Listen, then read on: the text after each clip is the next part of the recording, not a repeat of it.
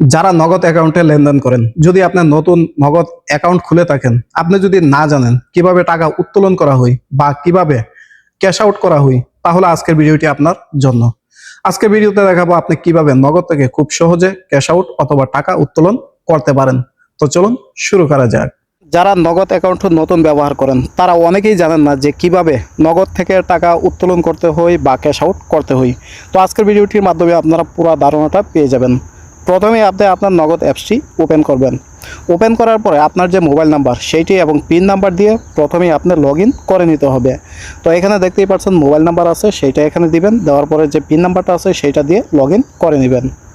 Okay, log in করার পরে আপনার সামনে এরকমভাবে একটি পেজ চলে আসবে। তো এখানে আপনি বিস্তারিত সব কিছু মেনুই পেয়ে যাবেন। তো এখান থেকে যে 2 নাম্বার দেখতে পাচ্ছেন সেটা হলো ক্যাশ আউট নামে একটি অপশন।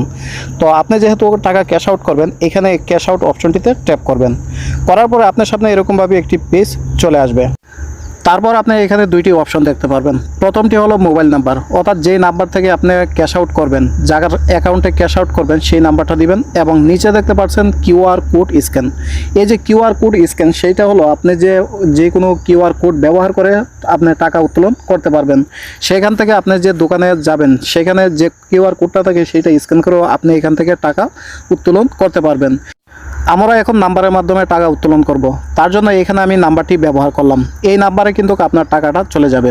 তারপরে এখান থেকে আপনি টাকার অ্যামাউন্ট দিয়ে দিবেন, কত টাকা আপনি উত্তোলন করতে চান। এখান থেকে অ্যামাউন্ট দেওয়ার পরে এখানে যে পরবর্তী অপশনটা দেখতে পাচ্ছেন সেইটার মধ্যে ট্যাপ করে দিবেন।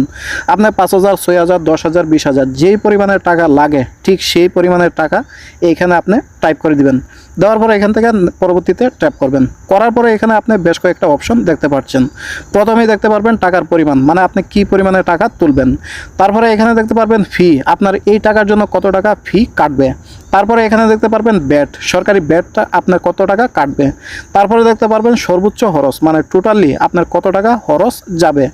সবগুলো যখন আপনার ঠিকঠাক থাকবে, তারপরে এখানে নিচের দিকে দেখতে পাচ্ছেন একটা অপশন, সেটা হলো পিন নাম্বার। এখানে আপনি নগদের পিন নাম্বারটি ব্যবহার করবেন। তারপরে এখানে পরবর্তীতে ট্যাপ করবেন। করার পরে কিন্তু আপনি এরকমভাবে আবার ফাইনালি আপনার অপশনটা দেখতে পারবেন যে বিস্তারিত সবগুলো। যদি সবগুলো ঠিকঠাক থাকে তাহলে এখানে নিচে দেখতে পাচ্ছেন ট্যাপ করে ধরে রাখুন। এই যে অপশনটা দেখতে পাচ্ছেন ট্যাপ করে ধরে রাখুন, এইখানে আপনাকে কয়েক সেকেন্ড ট্যাপ করে ধরে রাখতে হবে। তারপর কিন্তু আপনার যে টাকাটা আছে সেটা কিন্তু ক্যাশ আউট হয়ে যাবে। তারপর আপনার দোকানদার আপনাকে টাকাটা দিয়ে দিবে। তো দেখতেই পাচ্ছেন আমি এখান থেকে এখন ট্যাপ করে ধরে দিলাম। তারপর এখানে কিন্তু দেখতেই পাচ্ছেন ক্যাশ আউট সফল হয়েছে বা সাকসেসফুলি হয়েছে। তো এখানে কিন্তু বিস্তারিত ইনফরমেশনগুলো দেখতে পাচ্ছেন। এভাবেই কিন্তু আপনি খুব সহজে নগদ অ্যাকাউন্ট থেকে টাকা উত্তোলন করতে পারবেন বা ক্যাশ আউট করতে পারবেন। এ বিষয়ে কোনো মতামত থাকলে কমেন্টে জানাতে পারেন। সবাইকে অসংখ্য অসংখ্য ধন্যবাদ।